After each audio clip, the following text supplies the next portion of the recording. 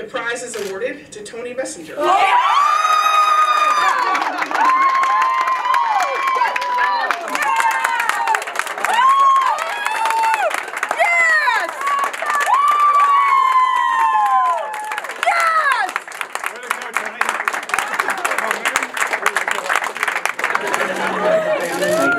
Show through images, beauty and composure of picture. Wow. You okay? Need to sit down? Yeah. Eventually. In addition to the... Yeah, let's read one. It's my father. He wants to know if Regis and Mullen are playing tonight.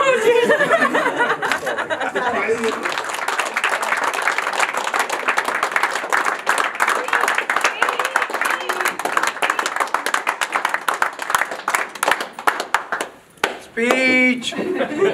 So I just gave a brief discussion a few minutes ago when we were having our mentorship moment about what got me into journalism, and I recounted a story from my freshman year in high school in which Brother Paul Fitzgerald gave me a C+ in an English essay, and I was disappointed. And he called me out into the hallway because he could see my disappointment, and he asked me what the problem was. And I said, the guy next to me got a B+, and he usually cheats on my paper. And he said, did you do your best work?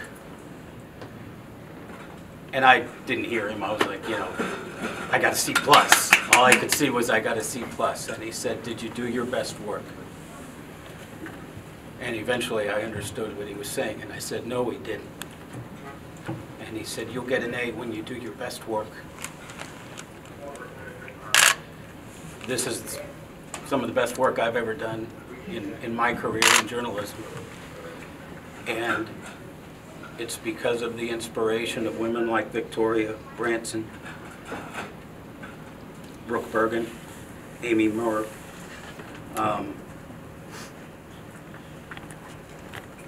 men like Cody Booth, Nicholas McNabb, people who have been abused by the judicial system all over the state for decades, and nobody cared. And they told me their stories, and they continued to tell me their stories even after it didn't help them personally, and they felt like they were continuing to be abused by the system. Jesse Bogan had a story on our front page this weekend about corrections officers and them being trained, and I thought about it in the context of what I've been writing and what it tells us, not just about the judicial system, but about our state. Corey Booth, one of the people that I wrote about who stole a lawnmower when he was 17 and is still being punished by it. By the way, he texted me the other day. He went to the judge, asked the judge to waive the rest of his jail board bill, which the Supreme Court has ultimately found is basically an illegal board bill. The judge refused. At one point, Corey Booth was a corrections officer for his local jail. And he told me, he said, there's not much difference between the corrections officers and the people in the jail because they've all been in the same place because rural Missouri just abuses them and spits them out. And this story that Jesse wrote on Sunday about all of these people excited to be corrections officers because it's the greatest job they've ever had. Missouri has the lowest paid corrections officers in the country. And most of those people applying for those jobs have been in the state's debtors' prisons. And it just reminded me that this is a story that's so much bigger about jail policy or criminal justice policy. It's a state about how we treat people. A story about how we treat people in our state. And it's an ongoing story. And thanks to Gilbert and Marcia for giving me the space and the time, and Ray Ferris for allowing me to continue to cause people to call him all the time, wanting me fired. It's a story that I'm going to keep telling. And I'm really appreciative for all of you today and for the Pulitzer people for honoring our work here, and we got a lot more work to keep doing, so let's keep doing it.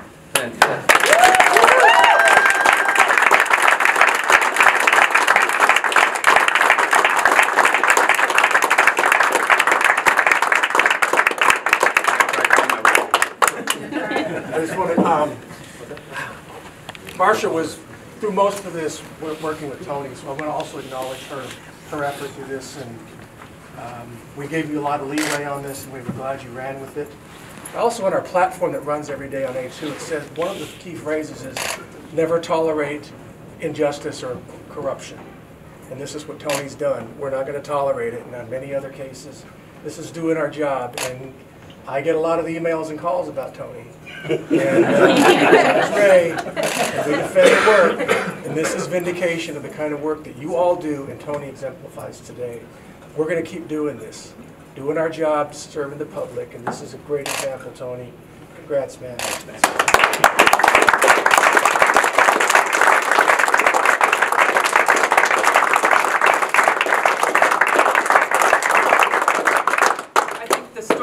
That really got me hooked on your series was the lawnmower guy. I mean, he steals a lawnmower as a kid. He winds up with a $7,000 board bill, and those are the kinds of stories that you just kept piling on and telling the stories of the indigent who couldn't.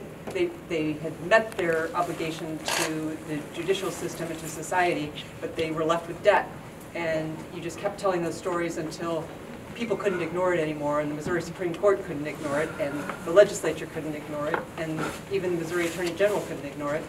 And, thank you for your doggedness and for fulfilling the Pulitzer platform. Thank you. Thank you.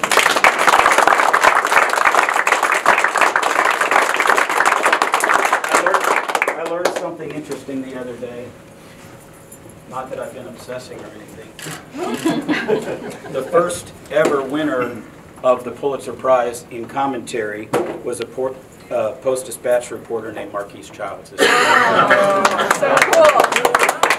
I haven't read it yet. This was if you read my column on flooding on Monday, that's today, right? Yes. This was one of the things that was in Bill Lambrick's book that he sent me. And I didn't. It doesn't actually have anything to do with water policy or flooding policy. But I was going through the book the other day, and I saw this, and I first Pulitzer Prize for commentary in 1969. So it's great to have the Post-Dispatch part of that Pulitzer history once again.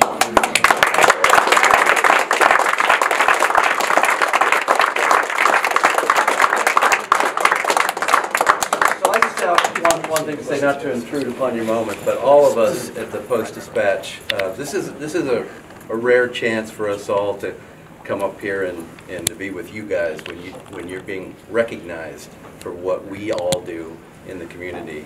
And I think every member of this team here on 5, this is what you guys do. You're out doing the work, the hard work that supports the community, and all of us really feel a part of it, and we couldn't be more proud. This is why we got in this crazy business, isn't it? Indeed. I mean, seriously. So, thank you very much, Tony, and thank you everybody for your efforts. Thanks. We did bring champagne. Okay. I think we should have some.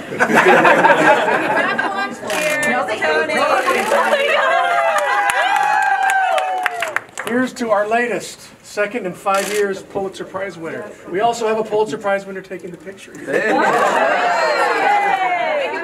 To you, every day, what we do, making an impact, changing lives. It matters. Salute. Salute. Cheers. 15. 19. 19. All right. 19. Have we changed the front page for 19? We are changing. It is in the process of being changed.